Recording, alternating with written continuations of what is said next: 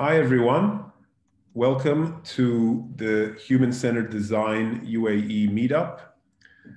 We are very happy and grateful for Elena, who's going to speak to us today, all the way from Sydney, Australia, where it's just past midnight. So thank you, Elena.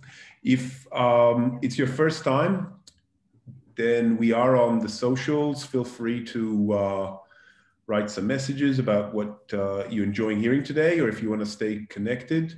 We're not as active as we probably should be on some of those channels, but becoming a lot more active on LinkedIn. But feel free to share your thoughts. We are very grateful, as I said, to have Elena. Elena is a UX and product design leader. She's passionate about building happy and high-performing design teams.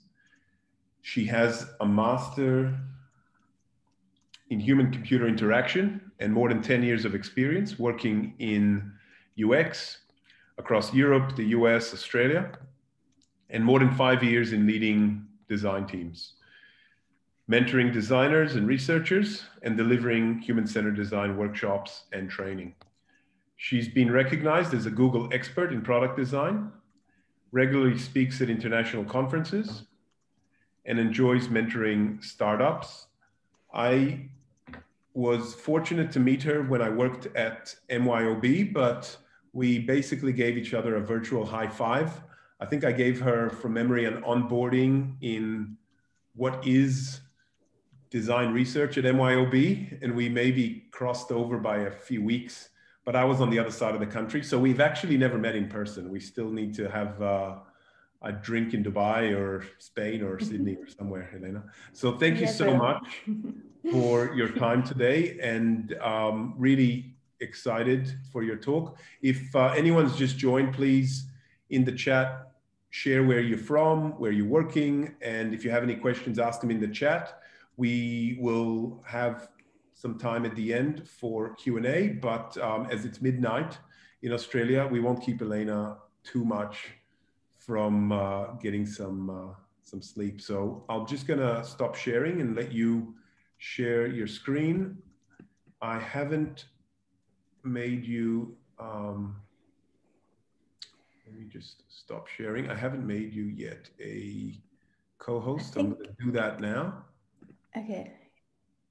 I think as long as you stop sharing, I can share. Can you see my screen now? Yes, we can see your screen. Okay, perfect. So ready when you guys are. Yeah, go for it. Okay. Thanks, Jonathan. It's actually awesome. Yeah, thanks for the invite to be able to share my thoughts about growing design teams. You've done an awesome introduction, so I think I'm gonna just skip through these slides, mostly to say I've been in UX for a long time, and across different Europe and the US, and now I'm based in Australia in Sydney.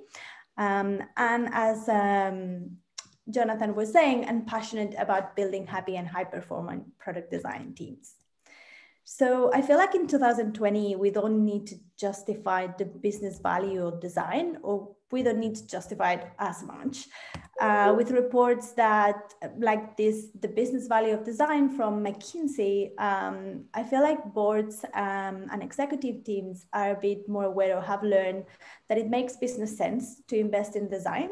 And that they can see the results of that in terms of revenue and in terms of shareholder value for their companies. So as a result, our design teams are growing, and are growing at a faster rate than they've never been before. And they're growing quicker and bigger.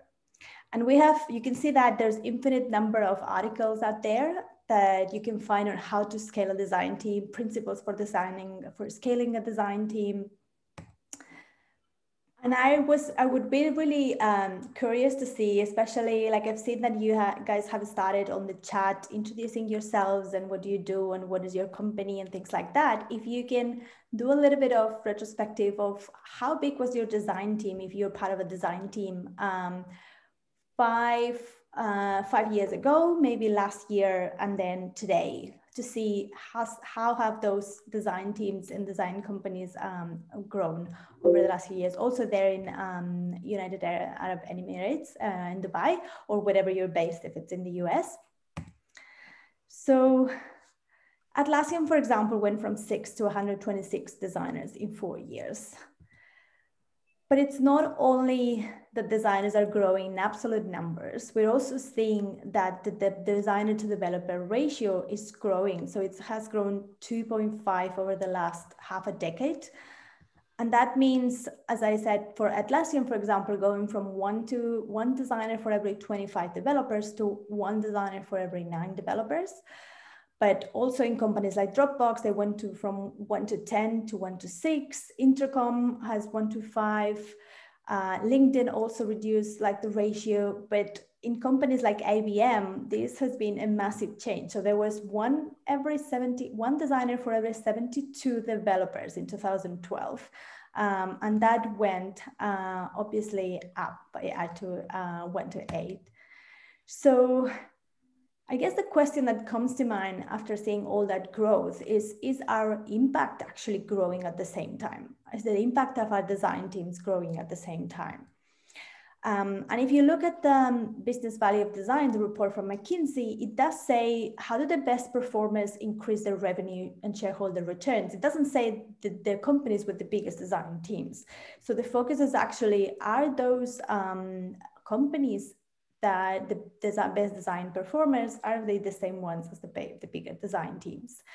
So going back to that question that I was trying to ask, is your impact, or is our impact and our design team's impacts growing at the same time? I would say probably not. And the reason is because growth is hard.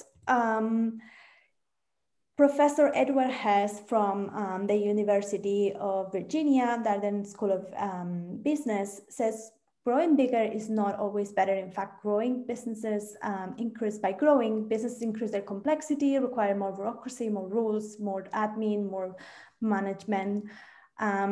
So even if that is, he's talking in the context of business, it is applicable, I think, to design teams. So the bigger that our design team grows, the more complexity, the more bureaucracy, the more management layers that we need for those. And you can see that if you have a team, if you go from a team of 3 to a team of 7, even if you just only increase your team by 4 people, the lines of communication go from 3 to 21. And when you have 11 people in your team, that blows out to 55 lines of communication to make sure that those 11 people are still aligned. They're all growing. They're all working on the same. They're all working towards the same objective. So the complexity of that team and managing that team increases exponentially. Basecamp has been, and his founders have been really renowned in their anti-growth mentality and anti-growth theories. So they have quotes like, grow slowly or not at all, build half a product, we hire late, we hire after it hurts, we hire to alleviate pain, not for pleasure. So am I saying do not grow your design team? I'm not saying that at all. But I do think that we need to think a little bit more. We have lost the focus on growing our impact into growing our design teams or the size of our teams. And we need to put the focus back on how can we scale the impact of your design team? And sometimes that might include growing your team, and sometimes it might not. So it will be great to look at how can we really make sure that we're maximizing our impact before we go into the next step of growing our team, which will require more complexity and will require more effort and more processes from our side. So these are 3 questions that I put together that I believe can help scale the impact of your design team before or without growing the size of your team. Let's have a look at them. So the first one is, do you have the right designers in the right places? So even the most talented designer can be underperforming if they are on the wrong team, they're on the wrong project. In an internal agency model, so if your design team is a centralized team and you assign designers on different projects for a specific duration or for a specific time, these things are a bit more fluid, and you can change them if you see that they're not in the right role, or you can change that over time. So it's a bit easier, but still really important to see that if you match the right designer to the right team and the right project. In a more distributed model or more cross-functional teams or power product teams, this is even more important because those UXers or those designers are usually on those teams for the long run. Sorry, I'm just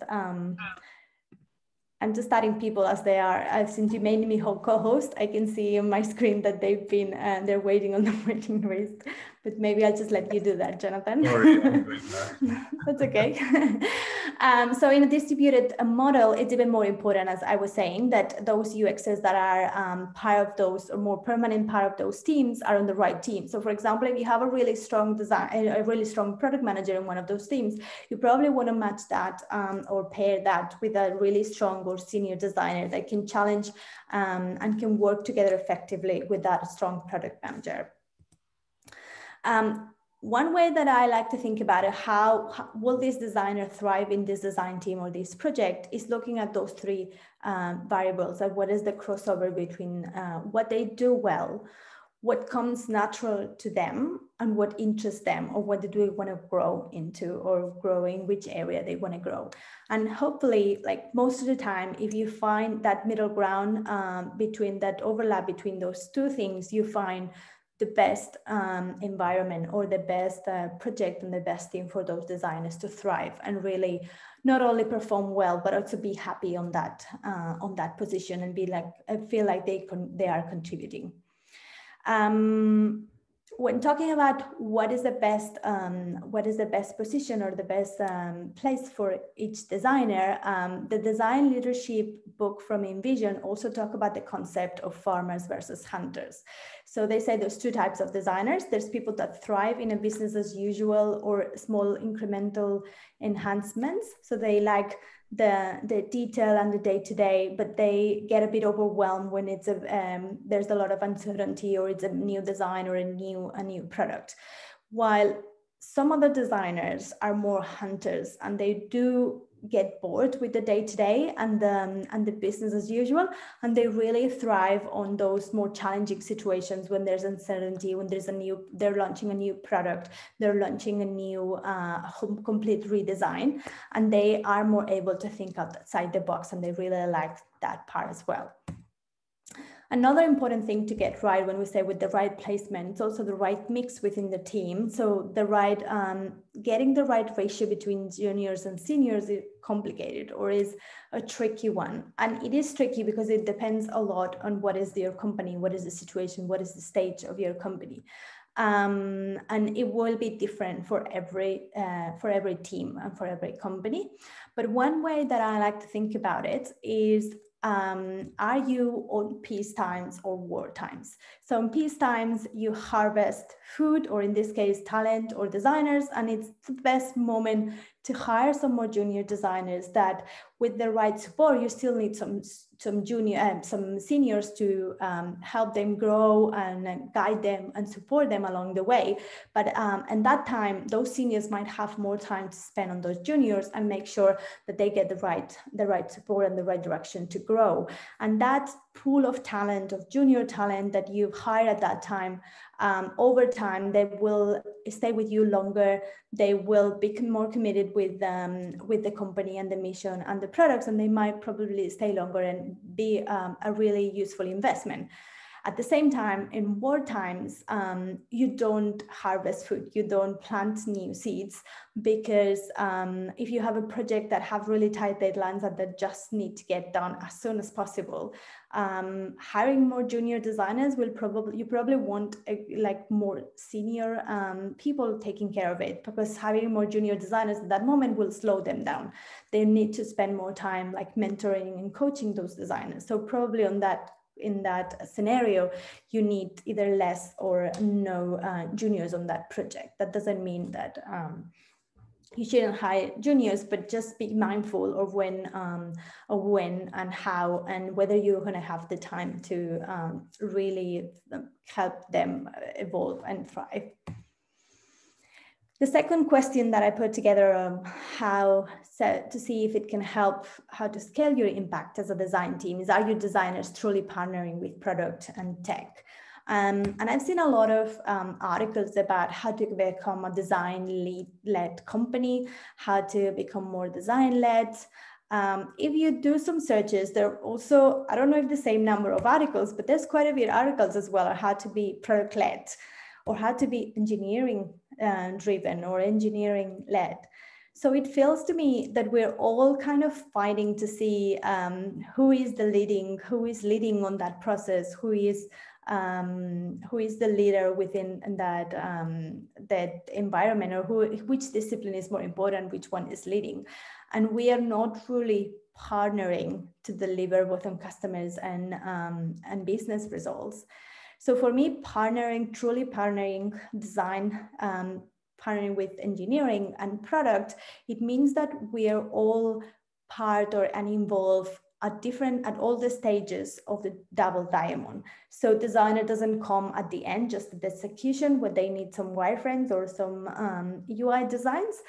They're actually an integral part, an important part of the definition, understanding the problem and exploring some solutions. But at the same time, the tech lead or the more technical people, they're also involved, not only on the execution or at the end, but as part of the definition and execution. So my view is that if you truly partner, we really want those three disciplines or someone from those disciplines involved at all of those stages.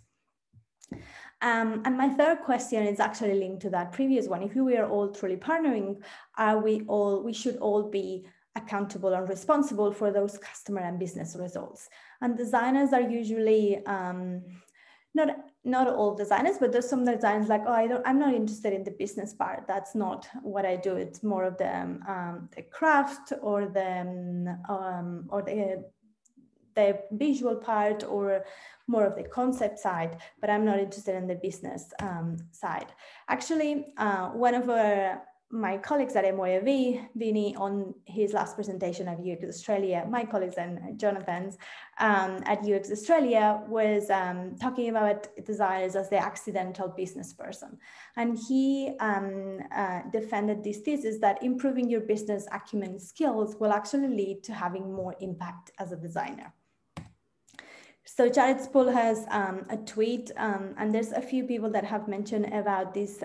These are the only 5 things that executives care about in with different wording. But basically what executives care about is increasing revenues, decreasing cost, increasing new business or market share, increasing revenue from existing customers, and increasing shareholder value.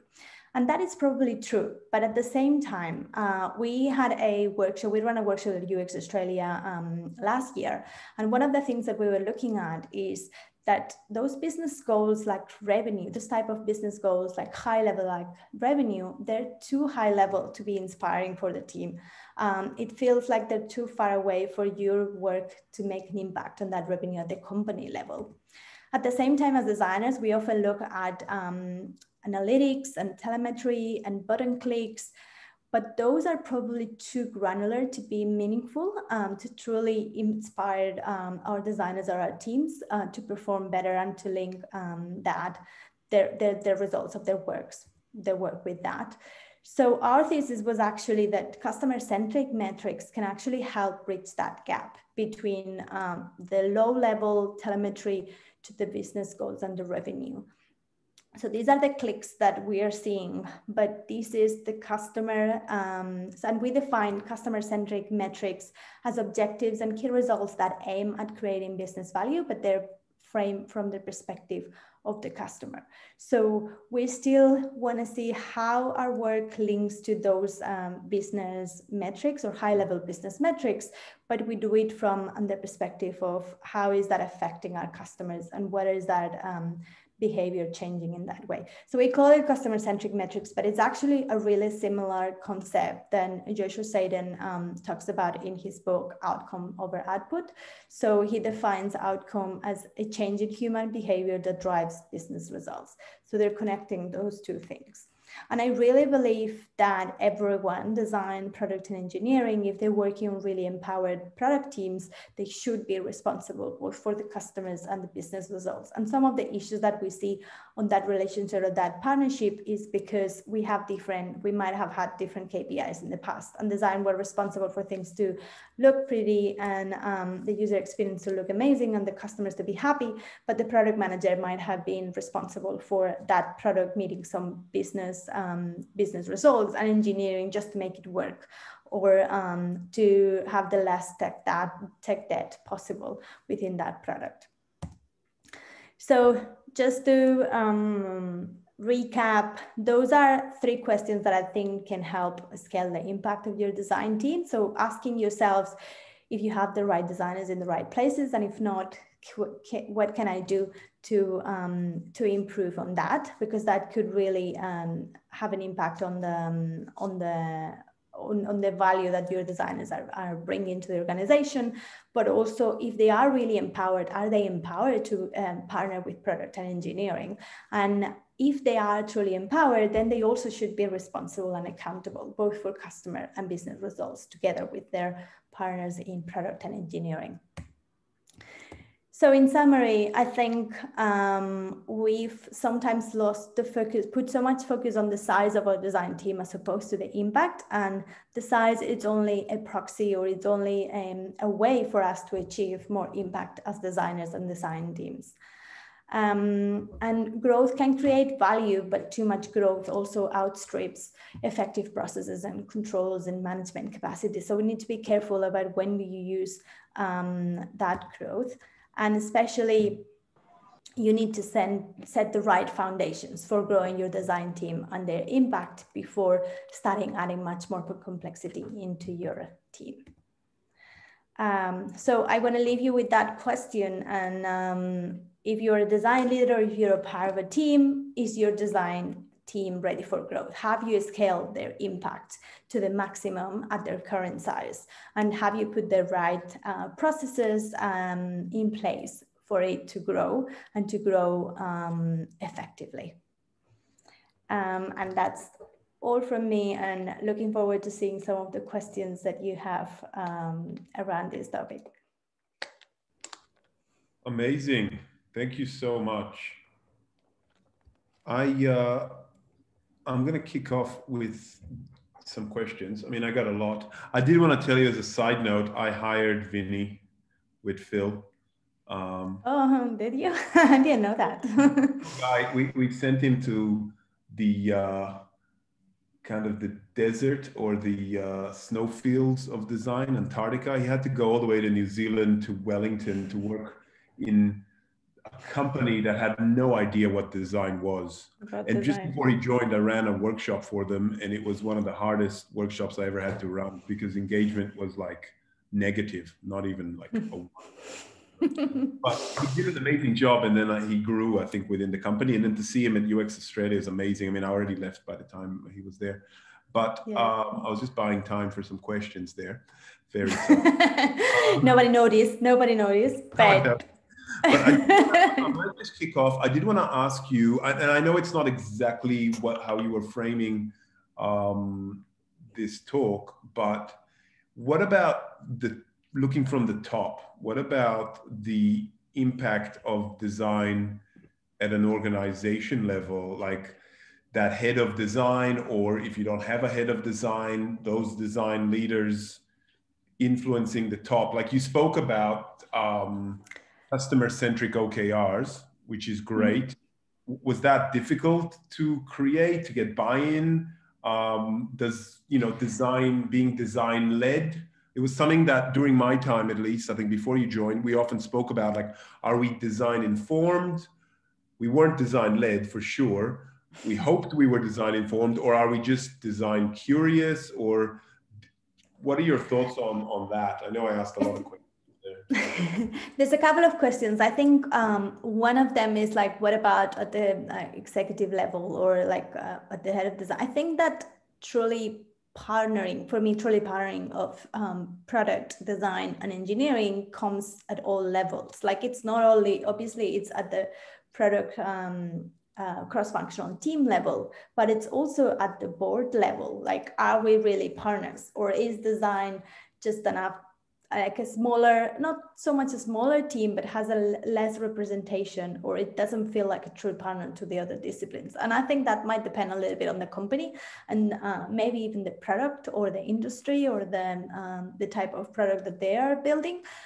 But I do believe in some way you need to feel equal, design need to feel equal. And I think because we haven't felt equal in the past, we're kind of pushing, or designers are sometimes in some companies pushing for that design-led approach, which I don't personally believe in. I think if it's truly partner, you don't have to claim like who is the leader on that, but it might have helped, the same as when there's underrepresented or minorities, that you kind of do that positive, try to bring the levels back again to a normal level. You kind of push for more women at the top, or more Black people at the top, or more, just to be able to fight back or balance some of the biases that are already in there. So I understand why the push for the design led, but at the same time, if what we are aiming for is that true partnership, then that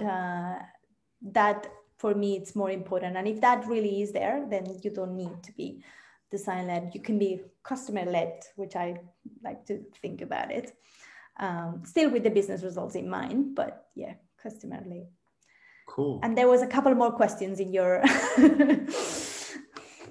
Sure. That I missed. But we can go on. If you don't remember them, we can go on. There's quite a few have been jumped in there. So maybe let's go on. If you can tell us about the interdepartmental collaboration, design versus tech execution. Sometimes the tech limitation in ability to execute a perfect design might be disappointing, especially if the end result is a bit different than the high fidelity design. Yeah. I think most of that frustration, in my experience, come from those silos, or working separately and having separate KPIs. So if you've worked on a design and once it's done, and I've heard the word perfect, so high fidelity and finalized, then the developers come in and that is not possible to build, or that's not feasible, it's probably, in my opinion, we've involved the developers a bit too late, or like a tad late. Should have been part of that process and being able to raise early on. It's like, oh, what we're looking at, that's probably out of the time or the scope that we have. And then as a true partnership, we should be thinking, is there any other way that we can still achieve what the customers need?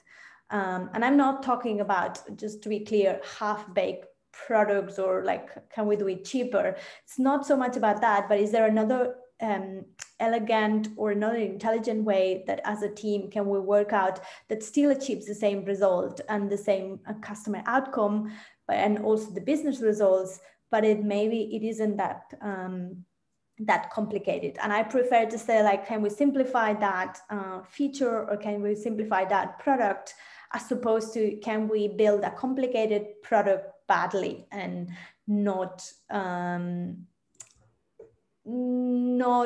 taking care of the details, or like not being refined and properly built. Cool. Great answer. Hey, Elena, great talk. I have a question around how to estimate the number of designers required for a project when you receive a new brief. That's a good question. I think it might depend on a lot of factors, so it might be a little bit difficult for me to, like, there's probably a magic formula, but how complex is that? I would say, okay, let me just say, what is the minimum number of design? I would think the other way, as opposed to how many designers do we need? Like, what is the minimum number of designers that we might need to deliver this? that it's they're not overworked and they're not stretched too thin, and they have enough time to understand the context and go through the process and engage or involve with the other stakeholders. I think, as I said, the moment you add more designers, even if it's in a design team or in a project, there's more lines of communications, there's more alignment that needs to happen between them. There's more consistency and other things that they need to work together on. And that will reduce their efficiency. So the less number of designers to be able to deliver that product to the level of quality that you need, I would say. But yeah, obviously depends on how big is the whole team, how complicated is the project, and what is involved in that. Cool. I might let Nada, one of the co-organizers, Katral, ask her question. Do you want to unmute yourself? Sure. Hi, Elena. How are you? Thank you so much for that talk. Very interesting. I unfortunately missed the first part of it because it's still working hours. So I can't wait to see the full video on YouTube afterwards. But my question was around responsibility of a design team at a really high level when we are going and submitting our, the products that we're trying to build and trying to make impact in an organization. A lot of the time, especially product-led organizations, will ask for design heads to be involved in P&L and being responsible for P&L. So how does that sort of come into play? Because this is where we need to now make sure that the products that we're building also have a return on investment for the organization. So how does that sort of fit in, and where does that come in? How do we measure? I know that's a very broad question, but if there's anything that you can provide a little bit more on that area, it would be really interesting. Yeah, I think for when I was saying that are your designers responsible or accountable for those business results, I suppose, as long as together with the customer outcomes, that comes at different levels. So if you're a designer within a cross-functional team and you're responsible for a part of a product, you might be responsible for some of those KPIs or goals that they have at that level. But if you're a lead designer, or if you're part of the design leadership team within that company, that probably is at a more of a product level, or at a more of the revenue, like at a higher level on that area. It is I think if you really, I would recommend everyone, and I think it goes in different as you grow and evolve in your career, but really making sure that I would learn as much as possible around what are business models and business KPIs. What do business people care about? What does even technical or engineering people care about? So all of that will give us, hopefully, I like to think of design sometimes as facilitator between different mindsets on different perspectives. So the fact that and since the beginning of my career, working in UX, I always tend to say yes, we care about the users, we put the user at the center, but we're still part of a company that needs to make money to be able to give that service or that product to users. So if we're not making money, then they're not going to have a service or a product in a few months or even a year. So really understanding that business context and that business acumen that Birnie was talking about, I think it's really, really important at the different levels. Cool, thank you. I'm not 100% sure if I understand this question, but I'm going to ask it anyway. Maybe you do. Otherwise, we'll get the person who asked it to clarify. I come from a design agency that takes up new projects and allots designs for it. I just want to know if you have some math around this that may be effective, as in allots designers. Similar to the question we had earlier, right? How many designers do you need? I think so. It's how do you estimate? And if that's not the intention, the person that asked the question, please jump in. But how do you estimate how many designers do you need? Maybe more in an agency context. Sorry, my just got broken up because I hit enter. It was the same question. I just felt like explaining it because I understand most of you come from product teams. And my question was more around the fact that when we're part of a design agency, you just get a new brief and you allot designers for it. And often in the end, there's a big juggle around whether you scoped properly and whether you put enough designers on the task, or you're just asking your designers. So yeah, that was but I got my answer. Thank you, Elena. No worries. So I've worked at an agency or kind of consulting side before. So I understand some of the things that I've said here. It's kind of a little bit difficult to apply when you're in an agency, depending on what are the engagement. There are now a lot of agency type companies in Sydney, at least, that they're working towards creating a dedicated product team with all the disciplines, and then putting that giving the clients access to that product team that is already used to working together, and that includes engineering, product, and design. So that's also, I think that's an interesting model, which is kind of an in-between or hybrid between empowered product teams, internal teams, and an agency side. How do you, I think the problem in that case on a consulting side is whether you're, what I said before, like estimating properly and not overworking some of the designers. I would say it depends a lot in how do you set up that relationship with the client, how that you have access to, maybe they have their internal engineering team and some, even if it's not product managers, maybe some internal stakeholders that want to be involved or that have the business context for that. So trying to set up those designers up for success by really giving them access to those stakeholders and the internal engineering team, so they can get a little bit of that collaboration and that true partnership in some way, even if it's not 100% during that project. That will, I think, really help. In terms of the number of designers, it probably depends a lot on what is the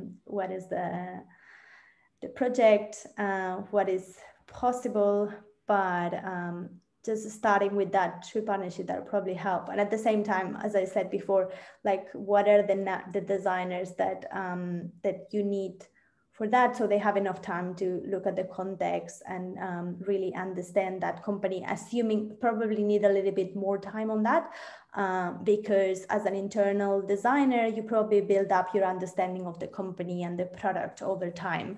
While if you're from an agency side, you have to get up to speed, even though most of the designers in agency, they're really used to getting up to speed really quickly moving into different industries. And awesome, we got a thumbs up, good work. You spoke a bit about when to bring on junior versus senior designers, and especially when seniors are more appropriate for the job. What do you think is a junior designer's biggest value add, and how can these juniors best present or persuade hiring managers of that value? So Dan is a junior designer. I've been chatting to him, mentoring for a while. He's just completed university in a GA course, and he's working on his portfolio, and he's done quite a few, besides the GA, other side projects. Just to give you some context, it's a great question. Because we had, I think, just to frame the question before you joined, I was there in 2015, and we went from 9 to 40 designers. And I think you joined, you were like maybe the 40th or around that mark. And we did have in the beginning quite a few, let's say senior or, folks in their late 20s, early 30s. Maybe not super senior, but they had some experience under their belt. It wasn't their first gig. But we did reach kind of a point with around maybe, I don't know, close to 20, where we said we need to open up on the discipline side and have dedicated, visual designers and dedicated researchers. But we also need more junior members of the team and be able to from, like, say, that P&L perspective that Nada mentioned, but also from a budgeting, but also from an execution and from building up the future of the design team. You can't just you need that good mix, I think. So I'm not answering the question on purpose, just to kind of frame it. What are your thoughts on what is the superpower that juniors bring, and how could a junior person shine a light on that to a hiring manager? Great question, Dan. Yeah. I'm actually really like a strong advocate of hiring juniors. Like I was teaching at a GA a few years ago, and in a previous, before MOAB, one of the companies that I was working on at Feedback, we grew there internally. It was an agency type of thing, consulting, UX consulting. We grew the internal team from 2 or 3 and a few, like we had like senior contractors, so people that will come in just for a project, and we grew the internal team. And I think that it was actually a really good move, because we had so juniors are depending on who you hire, but if you hire well, juniors are really eager to learn, more dedicated. They're more invested in the company. They're kind of stay there. If you allow them, if you give them opportunities for growth, and they have the right mentorship, they probably will stay longer than some of your seniors. There is some of the seniors, depending on who you hire, but some of the seniors are more set on their ways. They're less it's a bit more difficult to ingrain them in the way you do things at a team. And while juniors, they're just so eager to learn and to try new things and to grow in that it is, I think it really pays off. And I'm really, I'm a little bit sometimes annoyed. There's a lot of teams or companies, at least here in Sydney, that they say, oh no, we don't hire juniors, we just hire seniors because we need someone to come on and do the job. I think if you always have all your projects are in wartime, and for all your projects you just need seniors, then you're doing something wrong. You're not investing in your future. You're not investing on the continuity of that team and that growth over time and that evolution. If at the same time, there's some situations in which in same projects, if you hire juniors, they're probably going to slow down your team or your project. And it's not the best environment for them to learn. There's not enough time. There's not enough time from the seniors to be working with them and giving them the opportunity to fail and the opportunity to try new things. And it won't be, obviously sometimes in high pressure environments, you learn a lot, but at the same time, it's kind of swim or sink. Like if your seniors are too busy to kind of be really mentoring you and working with you. So I would say, as a junior, you also bring a lot of new energy, a lot of new ideas, a lot of, it's probably what you can shine on that is like your eagerness, you're interested in getting into the industry, some of the work that you've done. Even sometimes when I also mentored designers at ADP list, and I say, even if it's not you haven't had a working experience yet, the fact that you've done side projects, you've done like some work with startups or NGOs or things like that, it shows me that you're really invested in becoming a designer. You really enjoy being a designer. You really want to do this. And obviously, if you have some working experience, that also explains how do you behave or how do you manage in a working environment. But at the same time, that also is really valuable, like being able to show your passion and the fact that you will probably be there for a longer period of time in the company and grow with the company. Great answer. And the final question, and we're bang on time, which is great. How would you tackle tasks that are beyond your expertise and knowledge as a designer? If you find yourself responsible to tackle business and development needs because the company does not plan to upscale anytime soon? Mm-hmm. It's a good question. I would like to think that most companies or your company, it would be great if your company like support you in that growth and in learning those new skills. At the same time, I think that's not always the case. So it depends on you as well, on your like either side time or maybe on your work time, if you can carve some time to kind of upskill yourself. But I think it is important. your initiative. Obviously, if your manager can support you, if your company can support you, if they have a training budget, if they have things that you can access, that is awesome.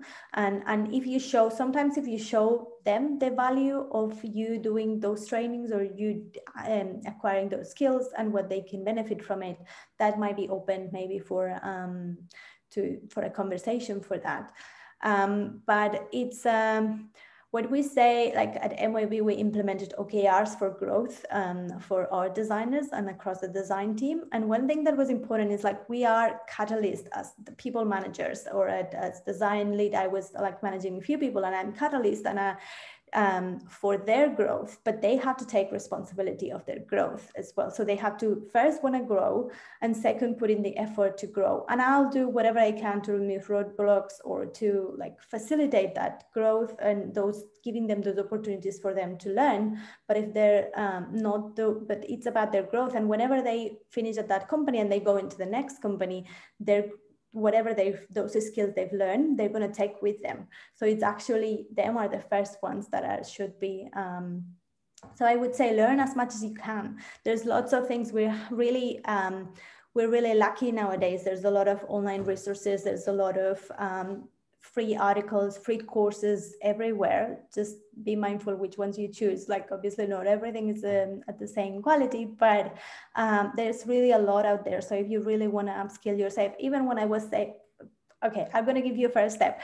The talk that we were mentioning from Vinny about how a designer can acquire more business skills, or why it's important for a designer to have business skills, I think that is available for free in the UX Australia website. So you can listen to that as a first step and maybe get some ideas of where to get. And there's a lot of conferences published there, and there's talks and their resources or articles. So yeah, that might be a good starting point. Yeah, awesome. The talk that you mentioned as well, how to grow from 6 to 106 designers, was at UX Australia when I went with Phil and Scott back in 2016, I think it was. It's an excellent talk by the head of design at Atlassian in Sydney. So they grew from 6 to 106 designers in, I think, 4 years or something. 4 years, I think he was saying. Yeah, and it's an amazing talk. I actually used that talk to help me with my challenge here, which got me this job. Like, what are you going to do in your first 100 days? So there's some excellent stuff there. So if you go, we can share the link. Maybe I'll share it on Zoom. UX Australia has a ton of them, but there's also, UX Lisbon, UX London. I mean, there's a lot of great conferences out there. So yeah, it's a great shout out. Thank you so much. No worries. I was going to say Paul Adams from Intercom also have a few articles and talks about the business side. He was a designer, a UX designer, and he turned, like, he's now VP of product at Intercom. So if you're interested, that also a good reference to have in that area. Amazing. Thank you so much. It was really fantastic. Great questions and great answers. And thanks everyone for joining us. Buenas noches. Buenas noches. Thanks so much. Bye. Bye, everyone.